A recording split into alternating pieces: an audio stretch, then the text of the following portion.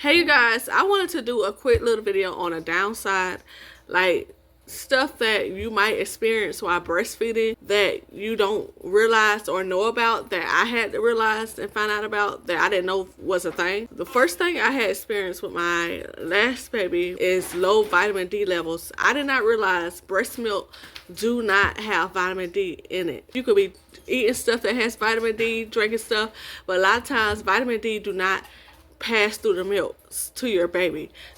Wait, hold on. Let me open it. It's only on 10%. Say hello. See you. Hold on. Let's see. Ugh. Say hello. Look, say hello.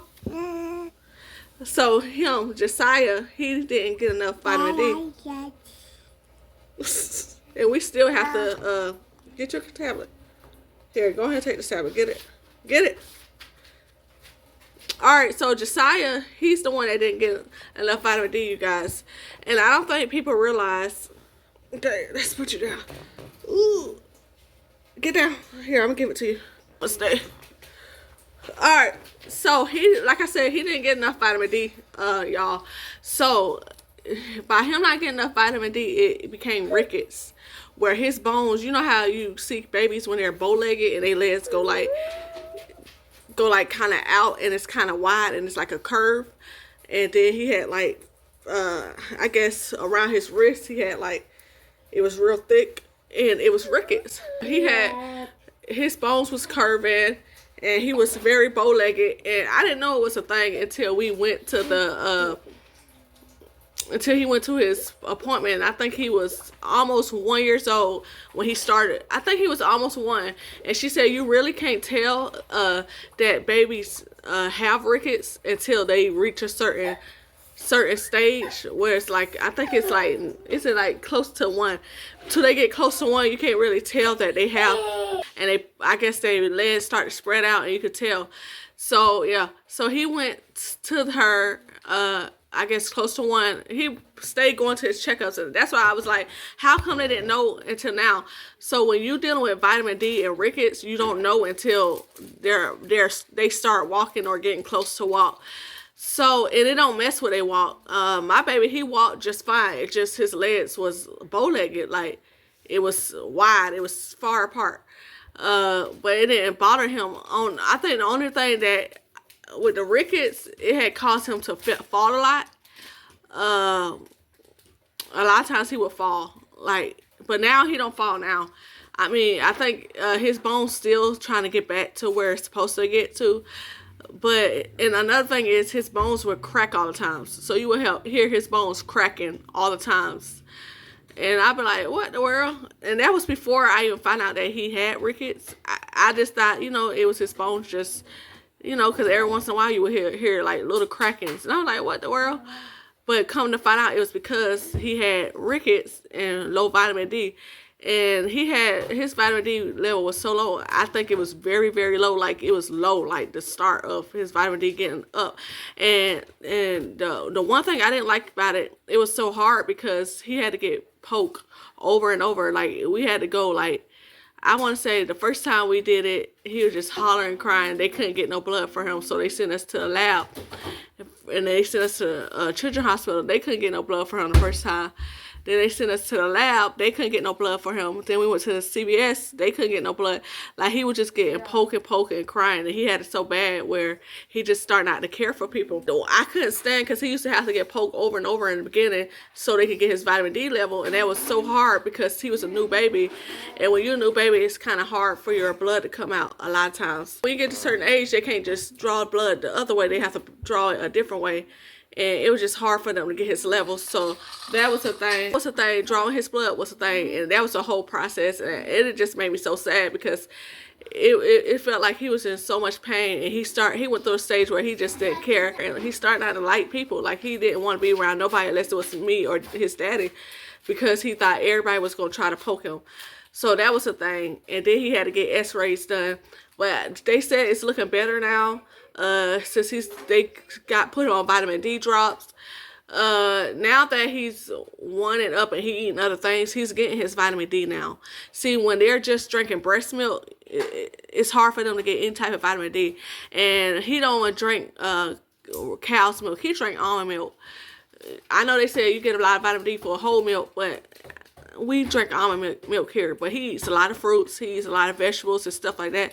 So he's getting his vitamin D from different sources. Because I think it make a difference when they're able to eat different things. When you're a baby and you can't eat a lot of stuff, it kind of mess with you trying to get the vitamin levels that you need.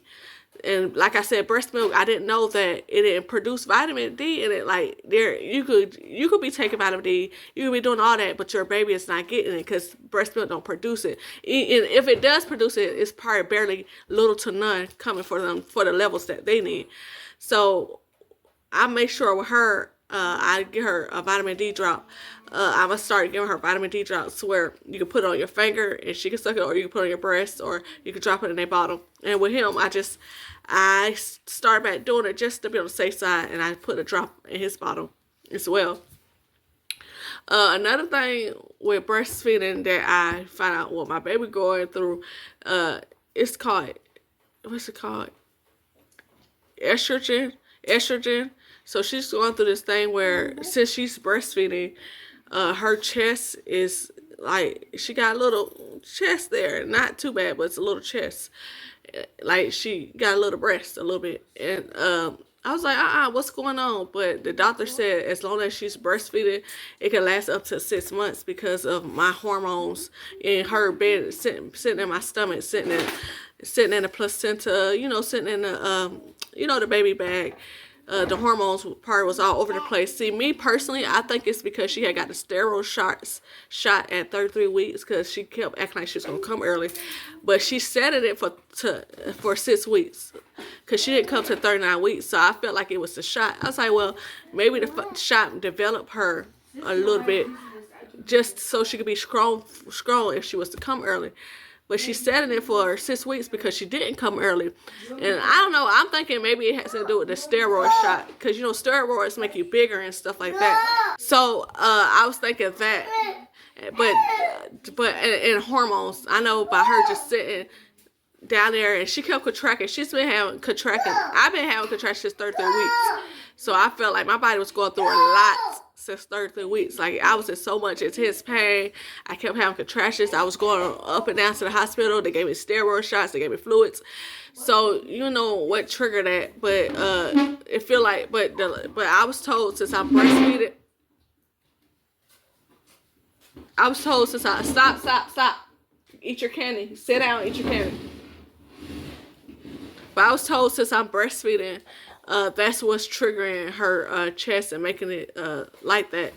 The high estrogen and the breast milk and the hormones, and my hormones must be high, and it's triggering that. But it's not harming her. They told me to continue to breastfeed. Don't stop breastfeeding her because it's not harming her. It's just gonna be like that for a couple months as long as she's breastfeeding. It's probably gonna be like that. So I didn't know that was a thing, you guys, that it can make your baby chest, and it could be a girl or boy. It could do that to a girl or boy if they're breastfeeding. So that was a new thing that I had found out. Trash. Only because of the high levels of your hormones and estrogen. And I was like, wow. Well, it's good to know that she's okay. But I didn't know that was a thing. So it doesn't mean it's bad. But it's stuff that you should be aware of. So you can know, okay, well, let me get my baby vitamin D drops, because they got that for newborn. So you ask your doctor for it, and she'll give you a couple drops because they always have samples. I don't know if y'all doctor do that, but mine always give us samples. And also with the breastfeeding thing, if your baby get little chest and little breast a little bit, for y'all not to be concerned, because it's normal, because I'm experiencing it, so I wanted to share my experience with y'all. So, okay, it's normal if that happened, not to panic, just set up an appointment, go over it, make sure, like, okay, this is normal, but don't run and let me go to the ER, because I was thinking that, but it was like I would be tripping if I would have went, because they would be touching on her prior to diagnosing her with stuff that's not true. Because a lot of times that's what they did to one of my child. I think she had credit cap at that time, and they was talking about she had baby acne and this and that. They were just diagnosing her with stuff, and then when I went to the doctor that Monday, it was credit cap, and I was like, really? They said it was this.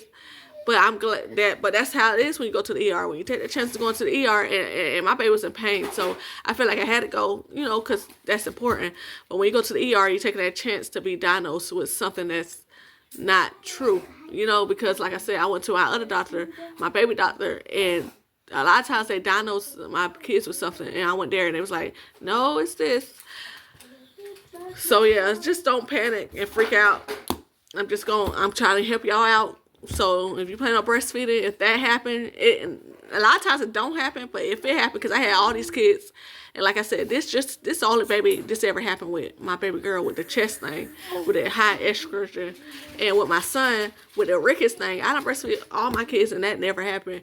And he was the only one that had rickets and was bow-legged because he wasn't getting enough vitamin D. I didn't know vitamin D could cause your bones to be like that, and it caused the way it could break. If you don't have enough vitamin D, your bones could break eventually. So I'm glad we got to it before it got that far. But like I said, I didn't know that was a thing because I breastfeed a couple of my kids and that never happened. But with him, that happened. So you just never know. And I just want to put that out there, stuff that can go wrong when you breastfeed. But it's still breastfeed. I mean, that don't stop you from breastfeeding. You just learn how to deal with it, and okay, if it ain't a big deal, I just gotta learn to deal with it until you're in your breastfeeding journey. But all right, you guys, I hope this video helped you guys, for all the moms that's breastfeeding or that's planning on breastfeeding. But anyways, breastfeeding is an awesome journey. It's very better and needed.